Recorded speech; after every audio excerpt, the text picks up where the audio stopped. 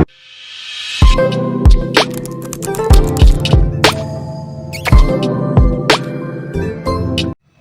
Friends, mind booster channel में आप सभी को स्वागत और अभिनंदन। फिर से एक बार, अभी आपने सेल की पूरी वीडियो फर्स्ट पार्ट आपने देखा। आज हम लेकर आए हैं सेकंड पार्ट। उस पार्ट में हमने आपको सेल की discovery, cell theory, unicellular multicellular organisms, prokaryote eukaryote के बारे में हमने सारी डिटेल आपको दी। आपने उसको देखा और साथ में प्रोकैरियोट और यूकैरियोट के डिफरेंस को भी आपने देखा। बहुत अच्छा उस कमेंट सेक्शन के माध्यम से पता चला, मेल के माध्यम से पता चला, व्हाट्सएप के मैसेज के द्वारा पता चला कि आपको बहुत अच्छा लगा। तो आज हम पुनः 9th क्लास का the fundamental unit of life cell के बारे में हम सेकंड पार्ट लेकर के आए हैं और उसमें आज हम स्टडी करेंगे। डिटेल स्टडी जो होगी वो होगी सेल का स्ट्रक्चर। सेल कैसे बनता है, क्या शेप होता है, क्या आकृति होती है, किस किस तरीके से उसका निर्माण होता है, ये सारी जानकारियां हम आज आपको देंगे। क्योंकि हमने आपको पहले ही बताया था, पहले वीडियो में बताया था कि कोई भी यदि मकान बन रहा है तो उसकी जो यूनिट होगी, सबसे स्मॉलेस्ट यूनिट होगी, वो क्या होगा? ईंट होगा। उसी तरीके से कोई बॉडी है, उसकी जो स्मॉलेस्ट यूनिट होगी वो क्या होगी? सेल होगी। सेल को मैंने आपको बताया था कि सेल जो है नेकेड आई से नहीं देखा जाता, इसको क्या है माइक्रोस्कोप के माध्यम से देखा जाता है। और रॉबर्ट हुक ने जो है उन्होंने अपने माइक्रोस्कोप से खोजा था और सेल को, कॉर्क सेल को देखा था और उसमें लिटिल रूम लाइक स्ट्रक्चर था जिसको लैटिन भाषा में बोलते हैं, तो उसको उसका सेल नाम दिया था। इस चीज़ को ध्यान रखेंगे। तो अब हम पुनः एक बार कहेंगे कि हमारे चैनल पर जो लोग नए हैं वो हमारे चैनल को सब्सक्राइब करें और जो लोग अभी नहीं जुड़े हैं अपने फ्रेंड्स को फ़ोन करो, कॉल करो, मैसेज करो कि सूर्यप्रकाश सर ऑनलाइन आ चुके हैं, बायोलॉजी की क्लास शुरू हो गई है, उसको पढ़ें और अपने आप को क्या है आत्मसात करेंगे। तो आज हम बिना समय खर्च करते हुए फिर मैं शुरू करता हूँ आपको स्ट्रक्चर ऑफ सेल।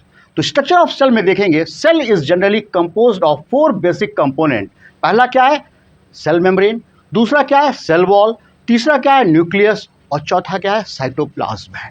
तो यहाँ पर हमें एक बात यहाँ समझना चाहिए पूरी की पूरी तरकीब से कि किस तरीके से 4 भागों से जो है वो मिल करके बना हुआ है हमारा क्या यह सेल का। तो पहला क्या है? Cell membrane. दूसरा सेल वॉल और तीसरा न्यूक्लियस और चौथा क्या है? साइटोप्लाज्म। अब सेल में ये सिचुएशन देखेंगे कि ये जो सेल मेम्ब्रेन है वहाँ कहाँ पे जो है सिचुएट होती है, कैसे इसका स्ट्रक्चर होता है, उसका काम क्या होता है, किस तरीके से वो पूरा मैटर को फॉलो करती है, इस चीज़ को ध्यान रखेंगे। तो ये देखेंगे जो स्ट्रक्चर है आपका ये वाला, this is called cell membrane. ये देख रहे हैं ना, ये जो स्ट्रक्चर बना हुआ है वो क्या है? सेल मेम्ब्रेन है और इसको ये यहाँ पर हम लोग जानते हैं पहले सेल मेम्ब्रेन। तो ये समझेंगे कि किसी भी कोशिका की जो बाहरी परत होती है, बाहरी जो लाइनिंग होती है उसको क्या बोलते हैं? सेल मेम्ब्रेन बोलते हैं। और ये सेल मेम्ब्रेन के ऊपर जो होता है वो क्या होता है स्ट्रक्चर? वो होता है आपका सेल वॉल का होता है। तो ये बात ध्यान रखेंगे, सेल मेम्ब्रेन जो होती है वो क्या होता है? हमें आउटर कवरिंग होने के कारण एक्सटर्नल जो इन्वायरमेंट है उससे वो प्रोटेक्ट करती है सेल को। यह बात बहुत अच्छे से समझ के रखेंगे। उसके बाद क्या है? आपका सेल वॉल है। तो ये सेल वॉल देख रहे हैं यहाँ पर, सेकंड जो है आपका सेल वॉल है, फर्स्ट जो है यहाँ पर सेल मेम्ब्रेन है। अब उसके बाद क्या है? आपका ये स्ट्रक्चर जो दिखाई दे रहा है तीसरा, वो क्या है? आपका न्यूक्लियस है। और न्यूक्लियस के बाद जो सेल मेम्ब्रेन से लेकर के न्यूक्लियस तक के बीच का जो डिस्टेंस है, जो jelly like structure, light yellow colour का जो जेली लाइक स्ट्रक्चर होता है उसको क्या बोलते हैं? साइटोप्लाज्म बोलते हैं। तो हमें यहाँ पर ये चीज़ क्लियर हो गई कि जो सेल है वो 4 चीज़ से मिलकर के बना हुआ है, cell membrane, cell wall, nucleus और साइटोप्लाज्म। क्लियर हो गई बात? समझ में आ गया? अब इसको देखेंगे कि किस तरीके से उसको हम मैनेज करते हैं। अब यहाँ पर देखें कि सेल है और सेल में पूरा का पूरा स्ट्रक्चर ये दिखा रहा है और इसके अंदर देखा जा रहा है कि cell wall, cell membrane, cytoplasm, nucleus. Nucleus के अंदर क्या है? न्यूक्लियोलस दिखाया गया और तरह तरह के कोशिकांग दिखाए जा रहे हैं, सेल ऑर्गेनेल्स दिखाए जा रहे हैं। तो इस चीज़ को हमें यहाँ ध्यान रखना है कि एक सेल के अंदर जो है वो क्या है आपका, ये देख रहे हैं कि यहाँ पर राइबोसोम भी है। उसके बाद क्या है? पूरा का स्ट्रक्चर जो है क्लोरोप्लास्ट का भी दिख रहा है। उसके बाद क्या है? न्यूक्लियस हो गया। उसके बाद स्मूथ एंडोप्लाज्मिक रेटिकुलम दिखाई दे रहा है। स्मूथ है क्योंकि इसके ऊपर राइबोसोम नहीं चिपका हुआ है। यदि राइबोसोम एंडोप्लाज्मिक रेटिकुलम के ऊपर चिपका रहेगा तो उसको क्या बोलेंगे? रफ एंडोप्लाज्मिक रेटिकुलम बोलेंगे। RER बोलते हैं। तो ये ध्यान रखेंगे। तो यहाँ पे क्या हुआ? ये देखेंगे लाइसोसोम भी मौजूद है, क्लोरोप्लास्ट भी मौजूद है और सेल वॉल हो गया, और ये ब्लू कलर का जो है वैक्यूल है, और गोल्जी बॉडी की का भी स्ट्रक्चर दिखाई दे रहा है, और न्यूक्लियस है, और सेल जो है माइटोकॉन्ड्रिया है, और यहाँ पर रफ एंडोप्लाज्मिक रेटिकुलम देख रहे हैं, इसके ऊपर दाने दाने रेखी संरचना बनी हुई है। तो क्या हुआ, RER जो कहते हैं rough endoplasmic reticulum. This is the complete structure of the cell. अब हम एक एक चीज को लेकर के चलेंगे कि सेल मेम्ब्रेन कैसा होता है, सेल वॉल कैसा होता है, न्यूक्लियस कैसा होता है, साइटोप्लाज्म कैसा होता है। ओके, अब सेल मेम्ब्रेन है और plasma membrane. Plasma membrane is the covering of the cell that separate the content of the cell from the external environment. मैंने आपको यहां पर भी एक सेल बना के दिखाया, तो उसका एक्सटर्नल एनवायरनमेंट क्या हुआ, ये तो हो गया आपका सेल वॉल, और इसके ठीक नीचे जो है, जो एक्सटर्नल से बचा के रखता है, वो क्या है आपका, ये जो चीज है उसको क्या बोलते हैं, सेल मेम्ब्रेन। क्या बोलते हैं, सेल मेम्ब्रेन। ठीक है ना। तो यहां पर क्या है, content the cell wall from the external environment. किसी भी एक्सटर्नल एनवायरनमेंट से बचाने के लिए कौन सा होता है, सेल मेम्ब्रेन होता है। It is the living part of the cell and present in the cell of the plants, animal and micro organism.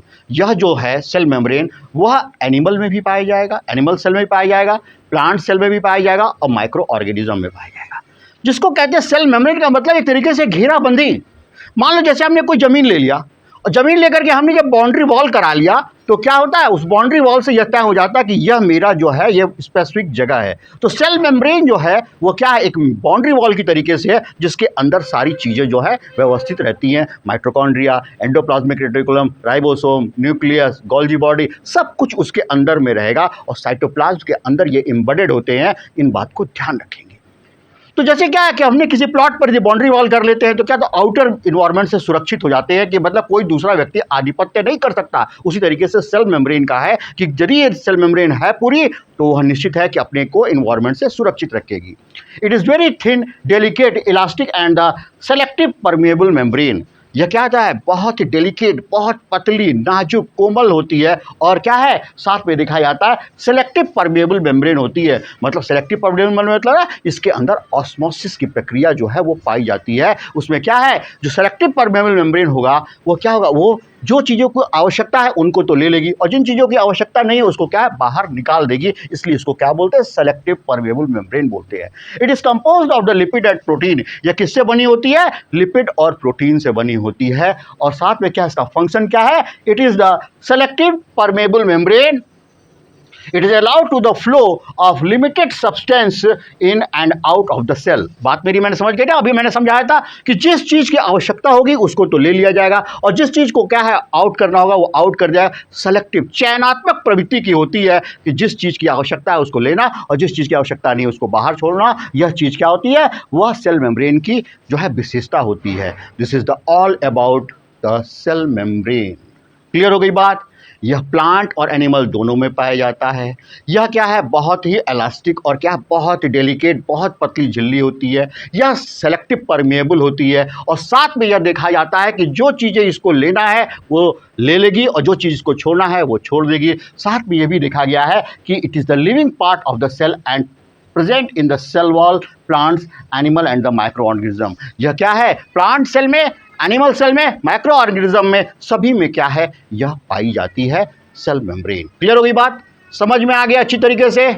Rajiv, विजय, आ गया ना, ठीक है ना, ओके। अब क्या, सेल वॉल, सेल मेम्ब्रेन जैसे ये हो गई। जैसे मान लो यहाँ पे क्या हुआ, मैंने बताया था कि सेल मेम्ब्रेन है, सेल मेम्ब्रेन है ये, और इसके बाहर का जो होता है, जो एनवायरनमेंट से उसको बचाता, प्रोटेक्ट करता है, उसको क्या बोलते हैं, सेल वॉल बोलते हैं। तो ये सेल वॉल अब किस तरीके का होगा, क्या उसका नेचर होगा, यह देखेंगे, इसको हम समझेंगे। Cell wall is non living, thick and freely permeable covering made up of the cellulose. Cell wall जो है किससे बना होता है, सेलुलोज का बना होता है। क्लियर हो गई बात, सेलुलोज का बना होगा। और यह क्या होगा, cell wall is non living, thick and the freely permeable covering made up of the cellulose. तो क्या हुआ, नॉन लिविंग होता है ये, ठीक है। और उसके अंदर यह देखा जाता है, सबसे बड़ी चीज देखी जाती है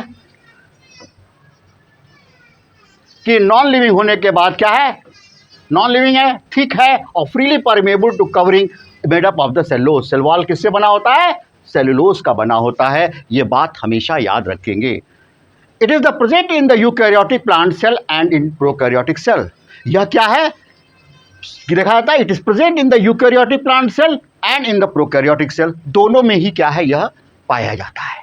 तो कहने का मतलब क्या हुआ? फंक्शन जो है इनका, it determines the shape and the rigidity to the plant cell. ये क्या? प्लांट के सेल को शेप देने में मदद करते हैं और साथ में क्या है? उसको आकृति प्रदान करते हैं। It protects the plasma membrane, और ये क्या? प्लाज्मा मेम्ब्रेन जो सेल मेम्ब्रेन है उसके ऊपर जो है पूरी चढ़ी होती है, इसलिए वो क्या? प्रोटेक्शन का काम करते हैं।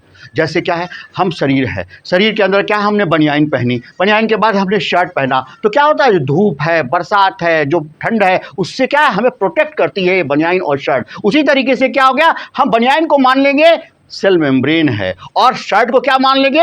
सेल वॉल मान लेंगे। तो हमको एकदम कॉन्सेप्ट क्लियर रहेगा कि सेल मेम्ब्रेन कहाँ होती है और सेल वॉल कहाँ होता है। ये बात क्लियर हो गई। सबसे पहले क्या होगा? सेल मेम्ब्रेन होगी, मतलब बनियाइन होगी, और उसके ऊपर शर्ट होगी, उसके बाद क्या होगा? वो क्या है? सेल वॉल होगी। ये ध्यान रखेंगे। इट प्रिवेंट द डेसिकेशन और the dryness in the cell. यह क्या है? किसी भी सेल को जो है ड्राई होने से, सूखने से बचाती है। It help in the transport of the various substance in and out of the cell. और यह क्या है? किसी भी ट्रांसपोर्टेशन में यदि कोई चीज़ आ रही है, कोई चीज़ जा रही है, उसमें क्या है? सेल वॉल मदद करती है। तो यहाँ पर क्लियर कट समझेंगे कि सेल वॉल वह चीज़ है जो कि सेल मेम्ब्रेन को, कोशिका को प्रोटेक्ट करने का काम करती है। यह नॉन लिविंग थिंग होती है और साथ में क्या है? यह सुरक्षा प्रदान करती है। किसको? सेल मेम्ब्रेन को सुरक्षा प्रदान करती है। साथ में यह जो है ट्रांसपोर्टेशन का जो काम होता है, उसमें वह इन और आउट करने का जो सब्सटेंस का होगा वह दिखाया जाता है। आउट करने का काम जो है वो सेल वॉल का होता है। इस बात को ध्यान रखेंगे सेल वॉल के बारे में। नेक्स्ट है न्यूक्लियस। न्यूक्लियस जो है, जिसको कि मैंने अभी आप बताया था कि रॉबर्ट ब्राउन ने खोजा था। किसने खोजा था? याद रखने के लिए कि मैंने क्या बोला था? रॉबर्ट भूरे ने। ब्राउन का रंग क्या होता है? ब्राउन का जो हिंदी नाम क्या है? भूरा। रॉबर्ट भूरा, इससे याद रखेंगे, कभी जिंदगी में नहीं भूलेगा कि रॉबर्ट ब्राउन जो है वो न्यूक्लियस की खोज किए थे। न्यूक्लियस जो है पूरे सेल की गतिविधियों को कंट्रोल करने का नियंत्रक का काम करता है, कंट्रोलर होता है। इसीलिए उसको क्या कहते हैं? ब्रेन ऑफ द सेल बोलते हैं। क्या बोलते हैं न्यूक्लियस को? याद रखने के लिए brain of the cell. Clear हो गई बात? अब ये देखेंगे, nucleus is dense and spherical organelles, गोलाकार होती है। Nucleus is bounded by the two membrane, both form in the nuclear envelope. Nuclear envelope contains the any pores known as the nuclear pore. जो उसमें न्यूक्लियस पाया जाएगा वो एक envelope में होगा, एक कवरिंग में होगा। इन्वेलप मीन्स क्या होता है? लिफाफा। लिफाफे के अंदर कोई चीज़ रख दीजिए, मान लीजिए लिफाफे के अंदर नोट रख दिया, तो क्या हुआ? इन्वेलप के अंदर क्या नोट है। उसी तरीके से क्या है कि जो न्यूक्लियर इन्वेलप है उसके अंदर न्यूक्लियस मौजूद है। The fluid which is present inside the nucleus is called nucleoplasm. मतलब क्या हुआ? अब देखिए, इसको समझिएगा। जैसे मान लीजिए कि कोई ये सेल है, सेल के अंदर ये न्यूक्लियस है। न्यूक्लियस के अंदर क्या है? यहाँ पर एक जो है इस तरीके से दिखाई दे रहा है, पूरी संरचना न्यूक्लियस हो गई। अब इसके ऊपर एक पतली सी जो है इन्वेलप पाया जाता है, जिसको क्या बोलते हैं हम? न्यूक्लियर इन्वेलप बोलते हैं। और उसके अंदर क्या होता है? छोटा सा एक छेद होता है, जिसको क्या बोलते हैं? न्यूक्लियर पोर बोलते हैं। क्या बोलते हैं? न्यूक्लियर पोर बोलते हैं। इस बात को ध्यान रखेंगे। तो कहने का मतलब क्या हुआ? The fluid which present inside the nucleus is called nucleoplasm.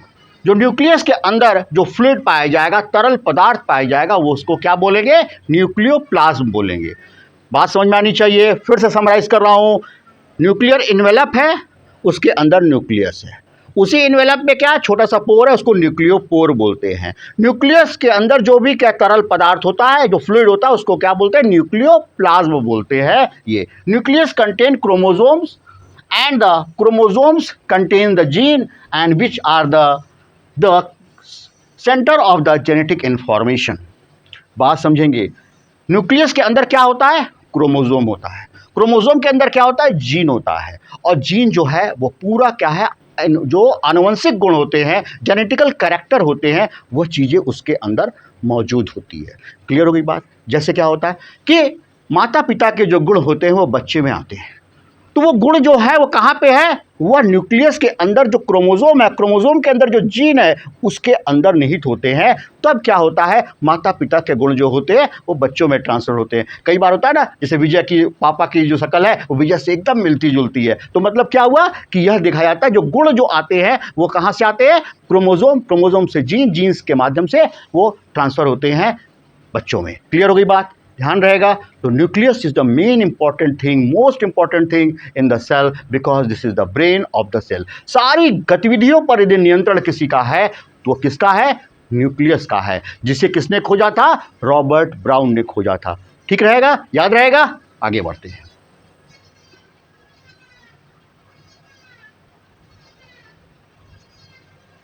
Next है function. Nucleus controls all the metabolic activities of the cells. Nucleus का क्या है? सारी मेटाबॉलिक, जो मैंने बताया ना, सारा कंट्रोल किसके पास है? न्यूक्लियस के पास है। It regulate the cell cycle, ये सेल साइकिल को रेगुलेट करता है। ठीक है? Nucleus is the store house of the gene. ठीक है ना? न्यूक्लियस जो है वो क्या है? Store house of the gene है। मतलब क्या हुआ? जीन के लिए पूरा ये सिस्टम दिखाएगा। ये जो है store house of the gene, मतलब क्या हुआ? जो जीन है वो कहाँ रहेगा? न्यूक्लियस के अंदर रहेगा। It is the concern with the transmission of heredity traits from the parent of the offspring. मतलब क्या हुआ? यह जो है concern with the transmission of heredity traits. Heredity trait भी इसमें क्या होगा? जेनेटिकल गुण, जो मैंने आपको भी बताया पहले कि जो माता पिता के गुण हैं वह बच्चों में ट्रांसफर हो रहे हैं। वह किसके माध्यम से हो रहा है? जीन के माध्यम से हो रहा है। और ये जीन कहाँ रहता है? क्रोमोसोम में। और क्रोमोसोम कहाँ रहता है? न्यूक्लियस में। तो यह बात एकदम क्लियर हो जानी चाहिए। ठीक है? तो न्यूक्लियस का फंक्शन भी आपको पता चल गया। अब क्या है? चौथी जो चीज है जो सबसे इंपॉर्टेंट है वह क्या है? साइटोप्लाज्म। साइटोप्लाज्म को समझेंगे कि जैसे क्या होता है कि कोई भी यदि सेल मेम्ब्रेन के अंदर जो तरल पदार्थ पाए जाते हैं, तो सेल मेम्ब्रेन के अंदर जैसे जो ये है, मान लो सेल है, इसके अंदर जो तरल पदार्थ पाया जा रहा है, ये पूरा तरल पदार्थ जो है, इसके अंदर जो है सेल ऑर्गेनेल जो है वो एम्बेडेड होते हैं, मतलब धसे हुए होते हैं। तो जितना भी उसका पोर्शन होता है न्यूट्रिशन का, जो भी चीज़ें हैं, जो भी सप्लीमेंट है, जो भी चीज़ें पाई जाती है, वो साइटोप्लाज्म के द्वारा क्या है? सेल ऑर्गेनेल्स को प्राप्त होती रहती है। तो ये बात ध्यान रखेंगे। और it is the jelly-like viscous colorless semi-fluid substance that occurs between the plasma membrane and the nuclear membrane. Plasma membrane से लेकर के न्यूक्लियर मेम्ब्रेन के बीच में जो चीज़ें पाई जाएंगी उसको हम क्या बोलेंगे? वह क्या है? वह आपका साइटोप्लाज्म है। ये न्यूक्लियस है, इसके ऊपर न्यूक्लियर मेम्ब्रेन है। तो यहाँ से लेकर प्लाज्मा मेम्ब्रेन से, सेल मेम्ब्रेन से लेकर जो यहाँ तक की चीज़ें पाई जाती हैं वो क्या है? वह साइटोप्लाज्म कहलाती है। ये कैसा होता है? Colourless semi fluid substance that occur between the plasma membrane and the nuclear. Clear हो गई बात? पोजीशन आपको समझ में आ गया अच्छी तरीके से कि कहाँ पे साइटोप्लाज्म है? सेल मेम्ब्रेन से लेकर के न्यूक्लियर मेम्ब्रेन के बीच में जो तरल जो है विस्कस जेली लाइक फ्लूइड है उसको हम क्या बोलते हैं? साइटोप्लाज्म बोलते हैं। यह बात ध्यान रहनी चाहिए। ठीक है? तो इस तरीके से the aqueous ground substance of the cytoplasm is called cytosol that contain the variety of cell organelles and other insoluble waste product and the storage product like the starch, glycogen, lipid etc. मतलब कहने का है कि इस cytoplasm के अंदर विभिन्न प्रकार के सेल ऑर्गेनेल्स, माइटोकॉन्ड्रिया होगा, राइबोसोम होगा, गोल्गी बॉडी हो गई, एंडोप्लाज्मिक रेटिकुलर होगा, न्यूक्लियस होगा, यह सारी चीज़ें इसी साइटोप्लाज्म में एम्बेडेड होती हैं, इसी के अंदर पाई जाती हैं। अब क्या हो गया? इसके साथ साथ क्या है? वेस्ट प्रोडक्ट जो होगा, जो कोशिका का वेस्ट निकलेगा वो भी साइटोप्लाज्म में निकलेगा। और साथ में क्या? Storage product like the storage product glycogen and lipids. इसके अंदर जो स्टोरेज का प्रोडक्ट होगा वो ग्लाइकोजन होगा और लिपिड होगा। अब इसका फंक्शन क्या होता है? Protoplasm act as the store of the vital chemical like the amino acid, protein, sugar and vitamin. Protoplasm के अंदर क्या होगा, यह जो होगा अमीनो एसिड, प्रोटीन, शुगर और विटामिन पाए जाएंगे। It is the site of the certain metabolic reaction like glycolysis, synthesis of the fatty acid and nucleotides et cetera. और इसके बाद क्या है, इसका जो फंक्शन है मेन, वह क्या है, वह मेटाबॉलिक रिएक्शन जो होता है, ग्लाइकोलाइसिस होता है, सिंथेसिस ऑफ फैटी एसिड होता है, वह कहाँ होता है, साइटोप्लाज्म में होता है, प्रोटोप्लाज्म में होता है। तो यह बात ध्यान रहनी चाहिए कि साइटोप्लाज्म सबसे महत्वपूर्ण चीज है, जो सेमी जेली लाइक स्ट्रक्चर होता है, सेल मेम्ब्रेन से लेकर न्यूक्लियर मेम्ब्रेन के बीच में पूरा जो जेली लाइक स्ट्रक्चर होता है, जिसके अंदर सेल ऑर्गेनेल्स एम्बेडेड होते हैं, वह चीजें जो हैं वह कहाँ पे हैं, वह सेल के अंदर मौजूद हैं। और उसके अंदर जो है synthesis of fatty acid and nucleotide जो है और ग्लाइकोलाइसिस जैसी प्रक्रियाएं, महत्वपूर्ण प्रक्रियाएं जो हैं वह कहाँ होती है, साइटोप्लाज्म में होती है। क्लियर हो गई बात, समझ में आ गया, अच्छी तरह गया? कमेंट सेक्शन में बताते जाइएगा कि सही लग रहा है कि नहीं लग रहा है, अच्छा लग रहा है कि नहीं लग रहा है। किसी को कोई प्रॉब्लम है कमेंट सेक्शन में जरूर बताएंगे। बेटा एक बात कह रहा हूँ, आप कमेंट करने में बिल्कुल संकोच मत किया कीजिए, खूब कमेंट कीजिए। कमेंट मतलब जैसे सर मैं कहाँ से, किस शहर से हूँ, किस स्कूल से हूँ, हाँ हमें कैसा पढ़ाई कैसा लग रहा है, हमें चीज़ समझ में आ रही है कि नहीं आ रही है, लिखो ना। कौन मना कर रहा है, यूट्यूब है, आप लिखो उसमें। आप जितना कमेंट लिखोगे उससे क्या होता है, हमारी जो है यूट्यूब जो है वीडियो उन बच्चों के पास भी भेजती है जिन बच्चों को हम नहीं जानते हैं। तो जितना रीच बढ़ेगी, जितना मैसेज आएगा यूट्यूब पर, उसके फ़ायदा क्या होता है कि यह बच्चों को भेजता है यूट्यूब कि आप देखिए कि यह जो है सेल स्ट्रक्चर जो है वह डॉक्टर सूर्य प्रकाश ने पढ़ाया है। तो यह आपका मोटिवेशन है। आप यदि मोटिवेट करेंगे हम सबको तो क्या होगा, तो हम अच्छी क्लासेस जो हैं बायो की होंगी, आपकी फिजिक्स की क्लासेस होंगी, मैथ्स की क्लासेस होंगी, सब हम माइंड बूस्टर पे देना चाह रहे हैं, जिससे कि आपको पूरा कहीं न जाना पड़े। अपने ही इस प्लेटफॉर्म पे अपने ही टीचर के माध्यम से जो हम अच्छा पढ़ते हैं तो आपको बहुत ही अच्छा सुकून मिलता है कि हाँ हमें चीज़ें समझ में आ रही हैं। तो इस बात का ध्यान रखेंगे। नेक्स्ट है सेल ऑर्गेनेल्स।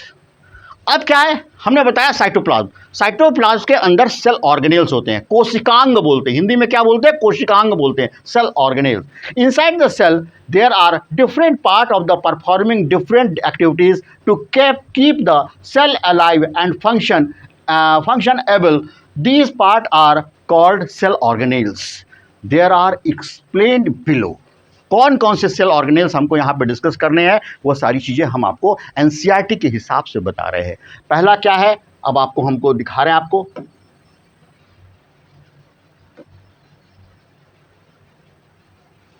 पहला क्या है, गोल्जी एपैरेटस। दूसरा क्या है, एंडोप्लाज्मिक रेटिकुलम। ठीक है, तीसरा क्या है, राइबोसोम। चौथा क्या है, माइटोकॉन्ड्रिया। पांचवा क्या है, सेंट्रोसोम, सेंट्रियोल। छठा क्या है, प्लास्टिड। सातवां क्या है, लाइसोसोम। और आठवां क्या है, vacuoles. These are the 8 important cell organelles present in the each and every cell of the eukaryote. The cell contains the cytoplasm and the cytoplasm contains these 8 most important cell organelles in it. अब ये बात समझेंगे कि Golgi apparatus जो है उसका क्या function है, कैसे किया जाता है, इस चीज़ को ध्यान रखेंगे। तो ये सेल जो है इसमें देखिए न्यूक्लियस है, न्यूक्लियोलस हो गया, राइबोसोम ये छोटे छोटे पाए जा रहे हैं, रफ एंडोप्लाज्मिक रेटिकुलम पाया जा रहा है, स्मूथ एंडोप्लाज्मिक रेटिकुलम है, माइक्रोट्यूब्यूल्स हैं, सेल्स है, सेंट्रियोल्स है, और गोल्जी बॉडी है, लाइसोसोम है एंड माइटोकॉन्ड्रिया है। ये क्या, माइटोकॉन्ड्रिया, ये माइटोकॉन्ड्रिया, ये न्यूक्लियस है, ये राइबोसोम्स है, ये एंडोप्लाज्मिक रेटिकुलम है, ये स्मूथ रेटिकुलम है, ये सेंट्रियोल है, और ये जो ग्रीन कलर के दिखाई दे रहे हैं छोटे छोटे वो लाइसोसोम है। तो ये बात ध्यान रखेंगे और इसको देखेंगे। इसका आप एक स्क्रीनशॉट ले लीजिए तो आपको बहुत सुविधा रहेगी, आप याद रहेगा। स्क्रीनशॉट ले लीजिए, ठीक है। अब इसकी बात हम समझना चाहिए। अब आगे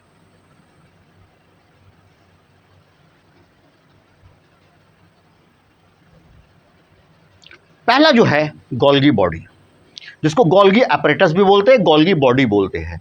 यह कौन खोजा था, इसके डिस्कवरर थे, वो थे कैमिलियो गोल्गी। कौन थे, कैमिलियो गोल्गी थे जो इसके डिस्कवरर थे। Golgi apparatus consists of a set of membrane bound fluid filled vesicle vacuoles and the flattened cisternae closed sacs। इसके अंदर देखा जाता है जो गोल्जी बॉडी होती है इसके अंदर ये सैक्स, ये इस तरीके से स्ट्रक्चर होते हैं, ऐसे जो है स्ट्रक्चर बने होते हैं। इसके अंदर ये क्लोज सैक्स होते हैं जिसके अंदर फ्लूइड्स भरा होता है। क्या भरा होता है, फ्लूइड्स भरा रहता है।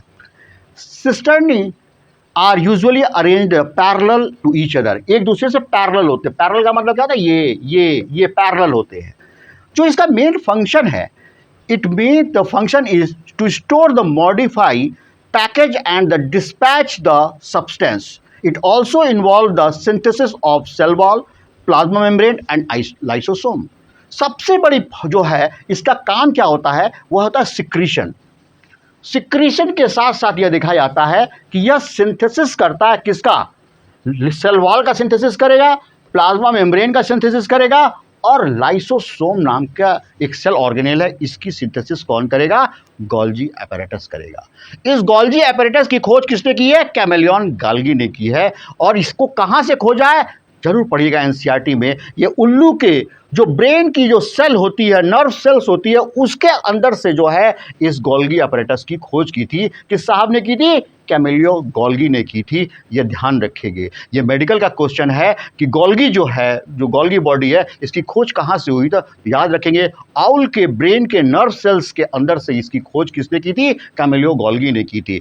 गोल्गी अपरेटस का सबसे बड़ा काम क्या है, सिक्रीशन करना है। जो वेसाइकल्स होते हैं वो सिक्रीशन करने में मदद करते हैं। साथ में सिंथेसिस ऑफ जो है सेल मेम्ब्रेन, जिसको कहते हैं प्लाज्मा मेम्ब्रेन, सेल वॉल और लाइसोसोम के सिंथेसिस में इसका सबसे ज्यादा उपयोग होता है। ठीक है, बात समझ में आ गई, अच्छे से आगे बढ़ते हैं।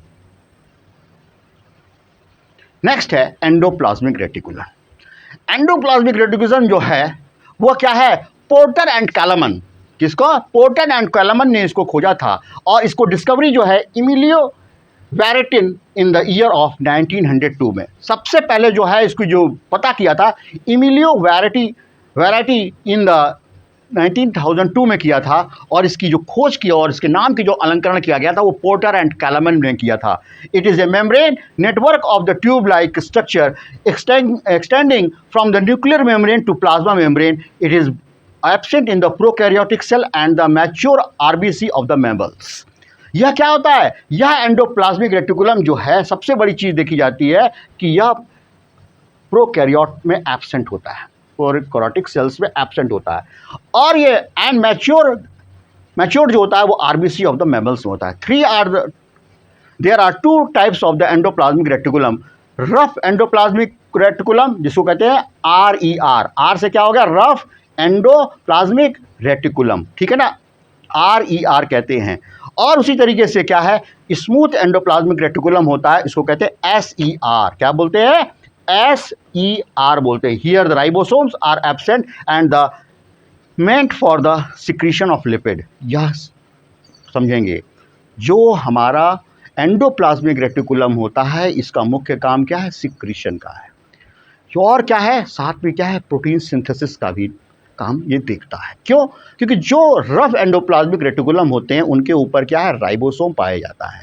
और ये राइबोसोम जो होता है वो क्या है, वो जो है वो रफ साइड जो है एंडोप्लाज्मिक रेटिकुलम को बनाता है। ये देख रहे हैं, इसके ऊपर देख रहे हैं, ये छोटा छोटा जो है उसको हम देखेंगे और ये रफ बोलते हैं। और उसको बाद इसको हम रफ एंडोप्लाज्मिक रेटिकुलम बोलते हैं।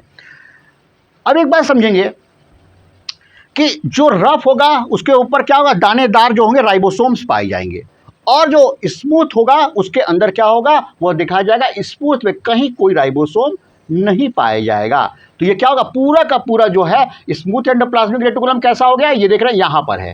क्लियर हो गई बात। और जो रफ है वो कहाँ पे है, ये है, देख रहे हैं, इसके ऊपर जो है राइबोसोम जो है एम्बेडेड है। इसके मतलब क्या हुआ, ये पूरा का पूरा जो है रफ एंडोप्लाज्मिक रेटिकुलम हो गया। और जो ये हो गया स्मूथ क्या हुआ, एंडोप्लाज्मिक रेटिकुलम हो गया। तो यह बात ध्यान रखेंगे कि इस एंडोप्लाज्मिक रेटिकुलम की खोज जो है वो इमिलियो वेरेटी ने की थी, 1902 में की थी। पोर्टर एंड कैलमन का भी नाम इससे ही डिस्कवरी से जुड़ा हुआ है, नाम से जुड़ा हुआ है। इसका काम जो है वो सिक्रीशन होता है। एंडोप्लाज्मिक रेटिकुलम दो प्रकार के होते हैं, रफ एंडोप्लाज्मिक रेटिकुलम और कहता है स्मूथ एंडोप्लाज्मिक रेटिकुलम। इस बात को ध्यान रखेंगे।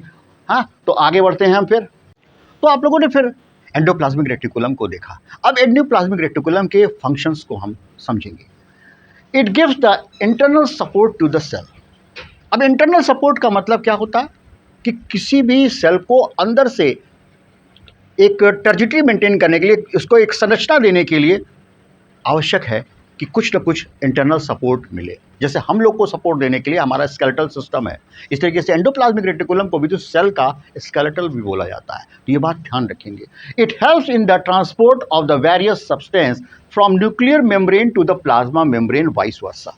ये न्यूक्लियर मेम्ब्रेन और क्या कहेंगे साथ में जो प्लाज्मा मेम्ब्रेन है, इनसे क्या है वेरियस सब्सटेंस का क्या है ट्रांसपोर्टेशन करने का काम करते हैं। मतलब कुछ चीज़ देना, कुछ चीज़ लेना, किसके द्वारा? न्यूक्लियर मेम्ब्रेन में और प्लाज्मा मेम्ब्रेन के द्वारा। RER helps in the synthesis and the transportation of protein. जो रफ एंडोप्लाज्मिक रेटिकुलम है वह क्या है प्रोटीन सिंथेसिस में मदद करता है। तो RER का मतलब क्या हुआ? Rough endoplasmic reticulum. क्लियर हो गई बात? ठीक उसी तरीके से SER help in the synthesis and transportation of lipid. वो क्या है? लिपिड की सिंथेसिस करेगा। तो यहाँ पर क्वेश्चन बनता है रफ एंडोप्लाज्मिक रेटिकुलम किसकी सिंथेसिस करता है? प्रोटीन की। और जो स्मूथ एंडोप्लाज्मिक रेटिकुलम है वो किसकी सिंथेसिस करता है? लिपिड की। क्लियर हो जाएगा बात? ध्यान रहेगा? ओके। नेक्स्ट इसके बाद जो है वो है राइबोसोम। राइबोसोम जो है एक बहुत ही महत्वपूर्ण कोशिकांग सेल ऑर्गेनेल, जिसको कि डिस्कवर किया था पैलेडे ने इन द ईयर ऑफ 1955। 1955 में पैलेडे ने इसकी खोज किया था। These are extremely small dense and spherical bodies which occur freely in the matrix cytosol और remain attached to the endoplasmic reticulum. बात समझेंगे, यह जो सेल ऑर्गेनेल है साइटोप्लाज्म में बिखरा रहता है, डॉटेड एक स्थान हो गया कि साइटोप्लाज्म में बिखरा हुआ है। दूसरा ही क्या है कि यह एंडोप्लाज्मिक रेटिकुलम के ऊपर चिपका रहता है। तो जब ये चिपका रहता है तो क्या उसको कह देते हैं हम रफ एंडोप्लाज्मिक रेटिकुलम बोलते हैं। These are made up of the ribonucleic acid and protein. यह किससे बना होता है? RNA से बना होता है, राइबोस न्यूक्लिक एसिड से बना होता है और प्रोटीन से बना होता है। और इसका जो मुख्य फंक्शन है, जो मुख्य चीज़ें हैं वो यह है कि they play a major role in the synthesis of protein. Protein synthesis का काम कौन करता है? यही राइबोसोम करता है। तो यहाँ पर ध्यान रखना है, राइबोसोम की डिस्कवरी पैलेडे ने की थी। राइबोसोम जो है वह क्या है? वह मैट्रिक्स के अंदर जो है डॉटेड स्ट्रक्चर में पाया जाता है, साथ में एंडोप्लाज्मिक रेटिकुलर के ऊपर चिपका रहता है। जब चिपका रहता है तो उस एंडोप्लाज्मिक रेटिकुलम को हम रफ एंडोप्लाज्मिक रेटिकुलम बोलते हैं, और जिस पर नहीं चिपका होता है उसको स्मूथ एंडोप्लाज्मिक रेटिकुलम बोलते हैं। क्लियर हो गई बात? और इसका सबसे बड़ा रोल जो है प्रोटीन सिंथेसिस में है। यह बात ध्यान रहे, स्मरण बना रहे। नेक्स्ट है माइटोकॉन्ड्रिया जो है वेरी इंपॉर्टेंट। माइटोकॉन्ड्रिया को power house of the cell भी बोला जाता है। क्या बोला जाता है? Power house of the cell. और इसकी डिस्कवरी जो है वह क्या है? कोलिकर ने की थी। और उसके बाद बायोप्लास्ट इसका नाम दिया था, लाइफ जर्म कहा था इसको, और बाय रिचर्ड अल्टमॉन ने 1886 में। The organelle were they are renamed mitochondria by the Benda. Mitochondria के लिए 3 जो है साइंटिस्ट को याद रखना बहुत जरूरी है। एक तो क्या है आपका एल्बर्ट वॉन कोलिकर जिन्होंने डिस्कवर किया था, और रिचर्ड अल्टमॉन ने क्या है इनको उसको बायोप्लास्ट नाम दिया था, और जो माइटोकॉन्ड्रिया नाम जो दिया था वो क्या है? बेंडा के, कार्ल बेंडा के नाम से जो है साइंटिस्ट थे उन्होंने दिया गया था। These are the smallest rod shaped organelles. It is the double membrane structure with outer membrane being the smooth and the porous, whereas the inner membrane being the thrown into a number of folds called cristae।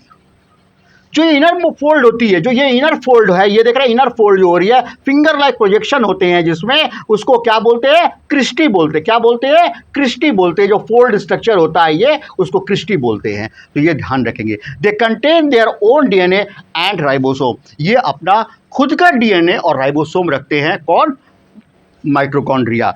They are absent in the bacteria and red blood cells of the mammals. यह कहाँ नहीं होते हैं mitochondria? एक तो क्या है bacteria के अंदर नहीं होते हैं, और दूसरा क्या है red blood cells of the mammals. मतलब हम लोग की जो लाल रक्त कणिकाएं होती हैं, रेड ब्लड कार्स्पिकल्स जिसे कहते हैं, उसके अंदर माइटोकॉन्ड्रिया नहीं पाया जाता है। और ये ध्यान रखेंगे माइटोकॉन्ड्रिया को पावर हाउस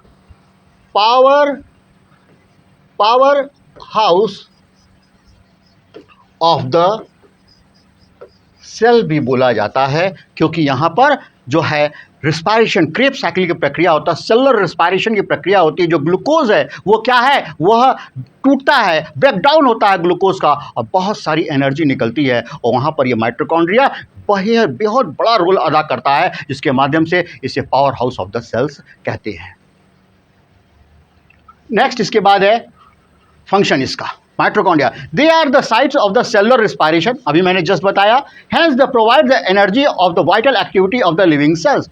जो लिविंग सेल के अंदर जो वाइटल एक्टिविटी हो रही है, मैं बोल रहा हूं, मैं पढ़ा रहा हूं, मैं देख रहा हूं, मैं सुन रहा हूं, मैं सांस ले रहा हूं, मैं खाना पचा रहा हूं, ये सारी वाइटल एक्टिविटीज के लिए क्या है, एनर्जी चाहिए, और ये एनर्जी देने का काम कौन करेगा, ये माइटोकॉन्ड्रिया करेगा, क्योंकि सेलुलर रिस्पायरेशन के माध्यम से हम खाना खाते हैं, फिर उसको पचाते हैं, जब पचाने का काम होता है तो रिस्पायरेशन उसमें मदद करता है, और उससे जो है एनर्जी निकलती है, वह एनर्जी इसी माइटोकॉन्ड्रिया के माध्यम से विघटन जो होता है, जो डिग्रेडेशन ऑफ फूड होता है, उसके माध्यम से एनर्जी निकलती है, जिसके माध्यम से हमारी सारी वाइटल एक्टिविटीज जो है, जिसको ऊर्जा की आवश्यकता होती है, एनर्जी की आवश्यकता होती है, वो यहीं से प्राप्त होती है माइटोकॉन्ड्रिया के द्वारा। They store energy released during the reaction in the form of ATP, energy currency of the cells. याद रखेंगे यहां पर एटीपी की बात आई है, यहां पर क्या बात आई है, एटीपी की बात आई है। देखिए, they store the energy release the during the reaction in the form of ATP, energy currency of the cells. ठीक है, एटीपी को क्या कहते हैं, एडिनोसिन ट्राइफॉस्फेट बोलते हैं। क्या बोलते हैं, एडिनोसिन ट्राइफॉस्फेट। ठीक है, इसको क्या बोलते हैं, करेंसी ऑफ द सेल, मतलब रुपया, पैसा जो है, एनर्जी का करेंसी कौन है, वो एटीपी होता है। Therefore they are called, also called power house of the cell. इसीलिए क्या है, इसको हम क्या बोलते हैं, power house of the cell बोलते हैं, जो बात मैंने पहले बताई आपको। तो माइटोकॉन्ड्रिया जो है वो वाइटल एक्टिविटीज़ के लिए जो है एनर्जी प्रोवाइड करता है, और साथ में यह देखा जाता है कि जितनी भी एनर्जी है वो किसके माध्यम से, एटीपी के माध्यम से मिलती है, जिसको कि energy currency of the cell बोलते हैं। इसीलिए इसको क्या, power house of the cell बोलते हैं। यह बात ध्यान रखेंगे। नेक्स्ट इसके बाद सेंट्रोसोम एंड सेंट्रियोल्स। ठीक है, इसका जरा स्क्रीनशॉट ले लीजिए। सेंट्रोसोम एंड सेंट्रियोल, डिस्कवरर इसके कौन हैं, ये ध्यान रखेंगे। इसके डिस्कवरर जो हैं वो हैं वाल्टर फ्लेमिंग इन 1875, और वॉन बेंडेन जो हैं, जो इन दोनों ने मिल करके, फ्लेमिंग एंड बेंडेन ने मिल करके खोजा था किसको, सेंट्रोसोम को और सेंट्रियोल को। Centrosome is found only the eukaryotic animal cell, it is not bounded by the any membrane but consist of the centrioles. So centrosome होता है, वह देखा जाता है यूकैरियोट के एनिमल सेल्स में मिलता है, यूकैरियोट के एनिमल सेल्स में मिलता है। It is not bounded by the any membrane, ये किसी भी मेम्ब्रेन से ढका नहीं होता, लेकिन इसके पास क्या होता है, सेंट्रियोल्स होते हैं। Centrioles are hollow cylindrical structure arranged at the right angle to each other and made up of the microtubule. और क्या है, यह दो सेंट्रियोल जो हैं वो हॉलो सिलेंड्रिकल स्ट्रक्चर होता है, ये देख रहे हैं, हॉलो सिलेंड्रिकल स्ट्रक्चर होता है, और वो क्या होता है, arrange right angle to each other and made up of the microtubules, और इस तरीके से अरेंज होकर के माइक्रोट्यूब्यूल्स का जो है संरचना बनाते हैं।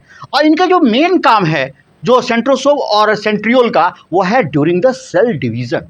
जब कोशिका का विभाजन होता है, तो कोशिका के विभाजन में जो ये क्रोमोसोम को जो इस तरीके से लेकर के अलग अलग करते हैं, उस समय ये सेंट्रियोल जो सेंट्रोसोम है, ये सेंट्रोसोम है, ये क्या होता है, क्रोमोसोम्स को क्या है, अलग अलग विभाजित करते हैं। तो इस समय कोशिका विभाजन के समय इसका सबसे बड़ा रोल होता है। तो centriole help in the cell division and also help in the formation of cilia and flagella. This is the most important thing. Cilia और फ्लैजिला को बनाने में सबसे बड़ा रोल किसका होता है, सेंट्रियोल का होता है, सेंट्रोसोम का होता है। क्लियर हो गई बात, समझ गए, विजय आ गया, ठीक है। तो अब ये ध्यान रखेंगे, कमेंट सेक्शन में जरूर बताते रहिएगा कि चीजें समझ में आ रही हैं या नहीं आ रही हैं, ठीक है, ध्यान रहे। नेक्स्ट है प्लास्टिड्स। प्लास्टिड्स को जो है स्टिम्पर ने खोजा था। किसने खोजा था, स्टिम्पर ने खोजा था। प्लास्टिड को किसने खोजा था, स्टिम्पर ने खोजा था। SCHIMPER, plastid are present in the most of the plant cell and absent in the animal cell. Plastid जो है वह ग्रीन कलर का जो है, या किसी भी कलर का है, वह चीज़ देखी जाती है कि केवल प्लांट सेल में जो है ये प्लास्टिड पाया जाता है, एनिमल सेल में प्लास्टिड जो होता है वो एब्सेंट होता है। बात समझ में आ रही है? दे आर यूजुअली स्फेरिकल और discoidal shape and the double membrane bounded by the organelles. ये क्या है देख रहे हैं कि ये क्या पूरा का पूरा जो बाउंड किया हुआ है वो कैसे क्या है, मेम्ब्रेन से इस तरीके से पूरा घिरा हुआ है। यह स्ट्रक्चर होता है किसका, पूरा प्लास्टिड का। They are also have their own DNA and ribosome. इसका क्या है, खुद का जो है वो डीएनए भी होता है और राइबोसोम भी होता है। यह प्लास्टिड होता है। प्लास्टिड जो होते हैं वो बेसिकली क्या होते हैं, 3 प्रकार के होते हैं। वो क्या कौन कौन से होते हैं? पहला जो होता है वो उसको कहते हैं क्रोमोप्लास्ट, ठीक है। दूसरा जो होता है उसको कहते हैं क्लोरोप्लास्ट, और तीसरा जो होता है उसको कहते हैं ल्यूकोप्लास्ट, ठीक है। 3 प्रकार के जो हैं प्लास्टिड होते हैं, क्रोमोप्लास्ट, क्लोरोप्लास्ट और ल्यूकोप्लास्ट। क्रोमोप्लास्ट का मतलब क्या हुआ, ग्रीन माने अदर देन ग्रीन कलर, मतलब रेड कलर होगा या उसका वॉयलेट कलर होगा, ब्लू कलर होगा या किसी अन्य कलर का होगा, ग्रीन को छोड़ के उसको हम किस में ले जाते हैं, क्रोमोप्लास्ट में ले जाते हैं। देखते हैं टमाटर जो होता है पहले कच्चा रहता है तो ग्रीन कलर का होता है, फिर क्या जब लाल हो जाता है, जब पक जाता है तो लाल कलर का हो जाता है। तो this it means chloroplast is converted into chromoplast. जब कलर्ड हो जाएगा तो उसको हम क्रोमोप्लास्ट बोलेंगे। Chloroplast always in the green in colour, और ल्यूकोप्लास्ट जो होता है वो क्या होता है, always in the white in colour. जैसे आलू है, आलू को कट करेंगे तो क्या होगा, वाइट इन कलर दिखाई देगा। तो ये प्लास्टिड जो है वह क्या है, 3 प्रकार के होते हैं जो कि बेसिकली प्लांट्स में पाए जाते हैं, और प्लांट्स में पाने के आने के 3 तरीके के हैं, क्रोमोप्लास्ट, क्लोरोप्लास्ट और ल्यूकोप्लास्ट। Plastid are 3 types. मैंने आपको बोला, अभी सिखाया वहाँ पे, यहाँ पे देखिए पहले से भी लिखा हुआ था ये क्लोरोप्लास्ट, क्रोमोप्लास्ट, ल्यूकोप्लास्ट। तो क्या हो गया, यह देखें, these are the green colour and the plastid origin and contain the chlorophyll. Chloroplast at the manufacture of the food by the process of the photosynthesis. इसका जो सबसे बड़ा रोल क्या है क्लोरोप्लास्ट का, वो फोटोसिंथेसिस की प्रक्रिया को पूर्ण करना। Chloroplast these are the colour of plastid except the green colour. Green colour के अतिरिक्त जो कौन कौन से कलर होंगे, येलो होंगे, रेड होगा, वायलेट होगा, ये सब क्या होगा, ये सब कलर जो होंगे वो क्या होंगे, क्रोमोप्लास्ट कहलाएंगे। और ल्यूकोप्लास्ट जो है they are the colourless plastid, मतलब कलरलेस मतलब वाइट होंगे, में किसी प्रकार का कलर नहीं होगा। तो याद रखेंगे किस तरीके से इसकी व्यवस्था होती है। अब जैसे मान लो हम एक चीज़ कह रहे हैं छोटा सा कि ये क्लोरोप्लास्ट है और यहाँ पे क्या है, क्रोमोप्लास्ट है, और यहाँ पर क्या है, ल्यूकोप्लास्ट है। ये जो होते हैं ना सब अपने आपस में इंटरकनेक्टेड होते हैं और इंटरचेंज भी हो सकते हैं। बात समझ में आ रही है मेरी, कैसे अभी मैं सिखाऊंगा।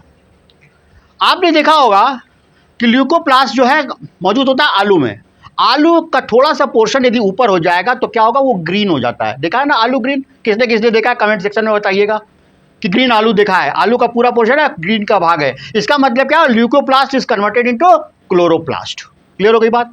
अभी मैंने टमाटर का उदाहरण दिया, टमाटर जो था कच्चा था तो वो ग्रीन कलर का था, लेकिन पक गया तो क्या रेड कलर का हो गया। इसका मतलब chloroplast is converted into chromoplast. इसी तरीके से chromoplast is converted into chloroplast. ये सब इंटरचेंज होते रहते हैं। आप सोच के देखिएगा कि कैसे चिली है, मिर्च है, वो क्या होगी, जब स्टार्ट होगी तो ग्रीन कलर की रहेगी, जब पक जाएगी तो क्या होगा, रेड कलर की हो जाएगी। ठीक है ना, इस चीज का ध्यान रखेंगे। Function, chloroplast trap the solar energy and utilise the chloroplast trap the solar energy and utilise to manufacture the food for the plant.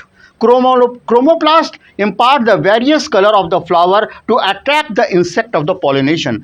पौधों के अंदर जो क्रोमोप्लास्ट होता है वो क्या था, पेटल्स का कलर देता है, पिंक, येलो, कहीं वॉयलेट, रेड, हाँ डिफरेंट कलर के जो होते हैं वो क्या होता है, उस कलर के कारण क्या होता है, जो फूल का कलर होता है उसके द्वारा इंसेक्ट जो हैं वो अट्रैक्ट होते हैं और उससे क्या पॉलिनेशन की प्रक्रिया होती है। Leucoplast help in the storage of food, the formation of starch, protein and fats. जो ल्यूकोप्लास्ट है वो क्या है, स्टोरेज ऑफ द फूड में काम आते हैं, जहाँ पे स्टोर किया जाता है, और इसमें क्या होता है, स्टार्च, प्रोटीन और फैट्स होते हैं। तो ये है प्लास्टिड के बारे में, प्लास्टिड्स के बारे में डिटेल कि प्लास्टिड क्या है, क्रोमोप्लास्ट है, क्लोरोप्लास्ट है, ल्यूकोप्लास्ट है, उनके ये फंक्शन के बारे में। ठीक है, इसका एक स्क्रीनशॉट ले लीजिए। ठीक है, नेक्स्ट है लाइसोसोम। लाइसोसोम जो है वो क्या है, डी डुवे नाम के साइंटिस्ट ने, डी डुवे ने लाइसोसोम की खोज की थी। इसको याद कैसे करते हैं, ले डुबे का मतलब क्या होता है कि किसी चीज को लेकर के डूब जाना, ऐसे याद रखेंगे इसको, डी डुवे। कभी जिंदगी भर नहीं भूलेगा। सूर्यप्रकाश सर ने बताया था कि लाइसोसोम के डिस्कवरर को याद करने के लिए डी डुवे को ले डुवे से कोरिलेट कर दिया था, कभी नहीं भूलेगा। तो डी डुवे जो हैं वो क्या हो गया, लाइसोसोम के हैं। इसी तरीके से राइबोसोम के जो डिस्कवरर थे पैलेडे, उसको याद करने का तरीका क्या होता है, जो साइकिल का जो पैडल होता है उससे हम चलाते हैं साइकिल को, तो उससे साइकिल के पैडल से याद रखते हैं। राइबोसोम के डिस्कवरर जो थे वो पैलेडे थे। ठीक है, पैडल से पैलेडे, तो याद रखेंगे पैलेडे जो राइबोसोम के डिस्कवरर थे, और लाइसोसोम के डिस्कवरर जो थे डी डुवे थे। क्लियर हो गई बात। अब क्या, lysosome are small spherical sac like structure which contain the several digestive enzyme enclose in the membrane. जो ये लाइसोसोम होता है, ये एक बैग लाइक स्ट्रक्चर, छोटा सा स्मॉल पाउच लाइक स्ट्रक्चर होता है। इसके अंदर बहुत सारे डाइजेस्टिव एंजाइम होते हैं जो कि हमारे भोजन पाचन में मदद करते हैं, और साथ में कई वाइटल एक्टिविटीज़ को संभालने में लाइसोसोम की मदद होती है। They are found in the eukaryote, mostly in the animals. और ये क्या है, यूकैरियोट में पाए जाते हैं, और देखा जाता है मुख्यतः एनिमल्स में पाए जाते हैं। और एक बात ध्यान रखेंगे कि इसका जो फंक्शन है, वैसे लाइसोसोम के बारे में समझेंगे। लाइसोसोम ये स्ट्रक्चर है, इसको जैसे खोलेंगे तो देखेंगे कैसा ये दिखाई दे रहा है, पूरा ये सेल स्ट्रक्चर होता है। इसके अंदर विभिन्न जो है डाइजेस्टिव एंजाइम्स इसके अंदर मौजूद होते हैं। और यहाँ पर एक बात और बताना चाहूँगा कि फंक्शन जो है इसका जो है, lysosome help in the digestion of foreign substance and the worn out the cell organelle. Lysosome जो है वो डाइजेशन में मदद करते हैं, और तथा कोशिकाओं को भी क्या है, वॉर्न आउट को सफा करने में जो है मदद करते हैं। They provide protection against the bacteria and virus. ये क्या है, बैक्टीरिया और वायरस से भी कहता है लड़ने की क्षमता देते हैं। और साथ में ये दिखाया, during the disturbance of the cellular metabolism, for example when the cell gets the damage, lysosome may be burst and the enzyme digestive their own whole cell, therefore lysosome are also known as suicidal bag. Lysosome को क्या कहते हैं, suicidal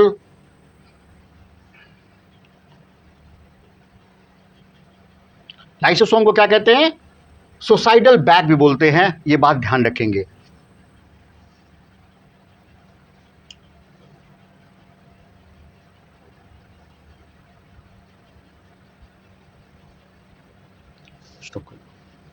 तो इसको क्या है, lysosome को, तो ये लाइसोसोम के बारे में हम डिस्कस कर रहे थे, तो हम इसके फंक्शन के बारे में ही बता रहे थे आपको कि फंक्शन में क्या है।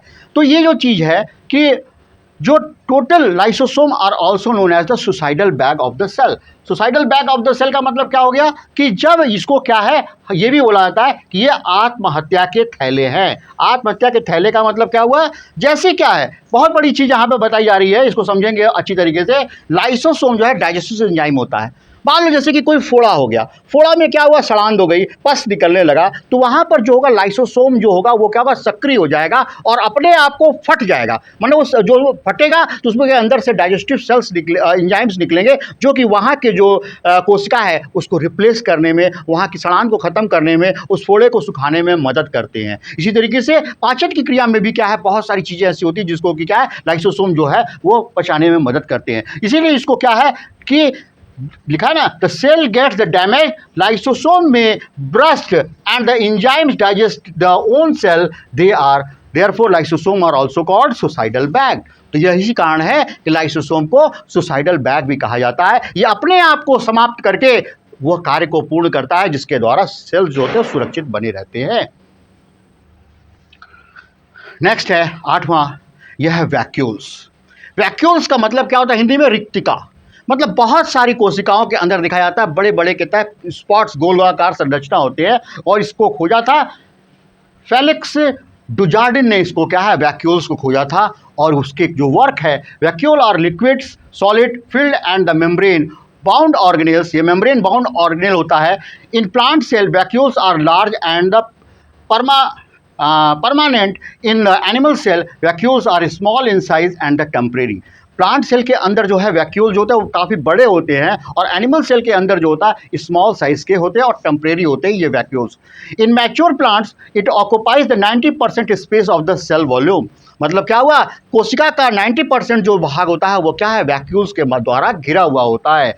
Due to its size other organelles including the nucleus shift towards the plasma membrane. इसके कारण क्या होता है, जो न्यूक्लियस होता है वो प्लाज्मा मेम्ब्रेन की ओर की तरफ हटके होता है। क्यों? क्योंकि वैक्यूल जो होता है मेक ए प्रेशर क्रिएट करता है। इस चीज़ को ध्यान रखेंगे। तो यह जो वैक्यूल है तो इस चीज़ को ध्यान रखेंगे, और जो वैक्यूल है इसकी संरचना देखेंगे वैक्यूल्स। अब वैक्यूल में देख रहे हैं कि एक वैक्यूल तो ये दिया हुआ है, एक वैक्यूल ये दिया हुआ है। अब ये क्या काफ़ी बड़ा होता चला जाएगा, तो क्या न्यूक्लियस जो है वो क्या हुआ, सेल मेम्ब्रेन के पास जो है वो किनारे की ओर चला जाएगा। फंक्शन क्या था, they have to maintain the osmotic pressure of a cell. They provide the turgidity and the rigidity of the plant cell. बहुत इंपॉर्टेंट पॉइंट है। यदि वैक्यूल जो होगा उसमें यदि हवा भरी रहेगी, माने जिसको कहते हैं उसके अंदर एयर यदि होगा, तो क्या होगा, ये जो कोशिका है वो तनी हुई रहेगी, फूली हुई रहेगी और उसमें शेप में रहेगी। और यदि नई शेप में रहेगी तो क्या होगा, सब गड़बड़ हो जाएगा। जैसे मान लो गुब्बारा है, गुब्बारा के अंदर यदि हवा है तो तना हुआ गुब्बारा पूरा एक शेप ले लेता है, और मान लो उसमें क्या है, कोई हवा निकल जाएगी तो उसका क्या, गुब्बारे का कोई अस्तित्व नहीं रहेगा। तो सेल की जो है टर्जिडिटी को मेंटेन करने के लिए क्या होता है, यह जो है पूरा, और रिजिडिटी को प्लांट को मेंटेन करने के लिए यह दिखा जाता है कि वैक्यूल जो है इंपॉर्टेंट होता है। यह क्या है, this is the all about of the vacuoles. Vacuoles की जो मेम्ब्रेन होती है इसको हम क्या बोलते हैं, टोनोप्लास्ट बोलते हैं। क्या बोलते हैं, टोनोप्लास्ट बोलते हैं। यह मेडिकल का क्वेश्चन है, सीपीएमटी में पूछा जाता है। तो अभी आप लोगों को यहाँ पर जो हमने the fundamental unit of life is cell के बारे में डिस्कस किया क्लास 9 में, बहुत छोटे छोटे स्वरूप के रूप में मैंने सारी डिटेल्स बताई। कौन डिस्कवरर है, उसका स्ट्रक्चर कैसा है, उसका क्या काम है, ये सारी चीज़ें मैंने आपको जानकारी दी है।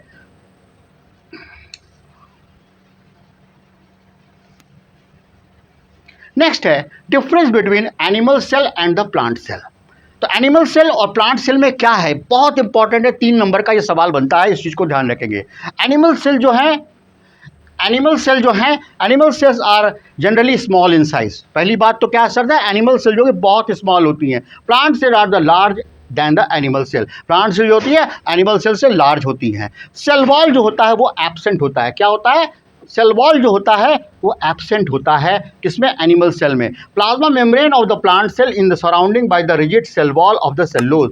जिसमें प्लांट सेल में क्या है, सेल वॉल जो है वो पाया जाता है। Plastid are absent except the in case of the protozoan and euglena. Euglena और प्रोटोजोन को छोड़ करके यहाँ पर प्लास्टिड बिल्कुल भी नहीं पाया जाता है, और प्लास्टिड जो है यहाँ पर प्लांट में प्रेजेंट होता है। यहाँ पर केवल कहता है प्रोटोजोन्स में और यूग्लिना में देखा जाता है कि पाया जाता है। नेक्स्ट है here vacuoles are many small and temporary. यहाँ क्या होता है, वैक्यूल्स होते हैं बहुत स्मॉल साइज के होते हैं और टेम्परेरी होते हैं, थोड़ी थोड़ी देर के लिए बनते हैं और ख़त्म होते रहते हैं। और यहाँ क्या, they have the permanent and large central shape and shape vacuole. Large जो होता है उसका शेप होता है, और वैक्यूल्स यहाँ पे प्लांट सेल में पाए जाते हैं। They have centrosome and centriole. यहाँ पे क्या है, सेंट्रोसोम और सेंट्रियोल जो कि कोशिका विभाजन में मदद करते हैं वो पाए जाते हैं। They lack the centrosome and centriole. यहाँ पर क्या होता है कि कोशिका विभाजन के समय सेंट्रोसोम और जो सेंट्रियोल है वो लैक करते हैं, इस बात को ध्यान रखेंगे। तो यहाँ पर यह चीज़ें हमने आपको बता दी, तो यह चीज़ें ध्यान रखेंगे कि आपको मैंने जानकारी दी। एनिमल सेल के बारे में एक बताएंगे। सबसे जो एक सेल, जो हम अंडा खाते हैं ना, एग, वो क्या है, एक सेल है। अब शुतुरमुर्ग का सबसे बड़ा लार्जेस्ट जो अंडा होता है इतना बड़ा होता है, करीब वो लगभग करीब जाकर के होता है 3 पाव का या 1.25 किलो का कहता है एक अंडा होता है। शुतुरमुर्ग का अंडा होता है वो एक सेल माना जाता है। जो मुर्गी का अंडा वो एक सेल का माना जाता है, याद रखेंगे। और सबसे बड़ी जो कहता है सेल होती है वो नर्व सेल होती है, जो कि 1 मीटर लंबी होती है। इन बातों का ध्यान रखेंगे। और जो ये सेल के बारे में हमने आपको डिटेल्स बताया, डिटेल स्टडी कराई कि क्या क्या है, सेल ऑर्गेनेल्स क्या हैं, किस तरीके से उनके फंक्शन हैं, इसको पढ़िएगा। एनसीईआरटी के द्वारा लाइन बाय लाइन पढ़िएगा और खूब अच्छे से उसकी तैयारी करिएगा, और अपने आप को अच्छे से तैयार करके, जैसे राइबोसोम के क्या फंक्शन है, माइटोकॉन्ड्रिया के क्या फंक्शन है, वैक्यूल के फंक्शन क्या है, एंडोप्लाज्मिक रेटिकुलम का क्या रोल है, राइबोसोम का क्या रोल है, इन सब चीज़ों को एक एक कोशिकांग के बारे में, एक एक सेल ऑर्गेनेल के बारे में जब पढ़ेंगे तो बहुत अच्छा लगेगा। आपको अंडरलाइन करिएगा, खूब अच्छा कलर डायग्राम बना करके अपने नोट्स प्रिपेयर कीजिएगा और सभी लोगों को बहुत सारी शुभकामनाएं। अपना इसी तरीके से चैप्टर कंप्लीट करिए। नेक्स्ट चैप्टर के लिए फिर हम मिलेंगे और आपसे आगे बढ़ मिलते हैं। जय भारत, जय देश।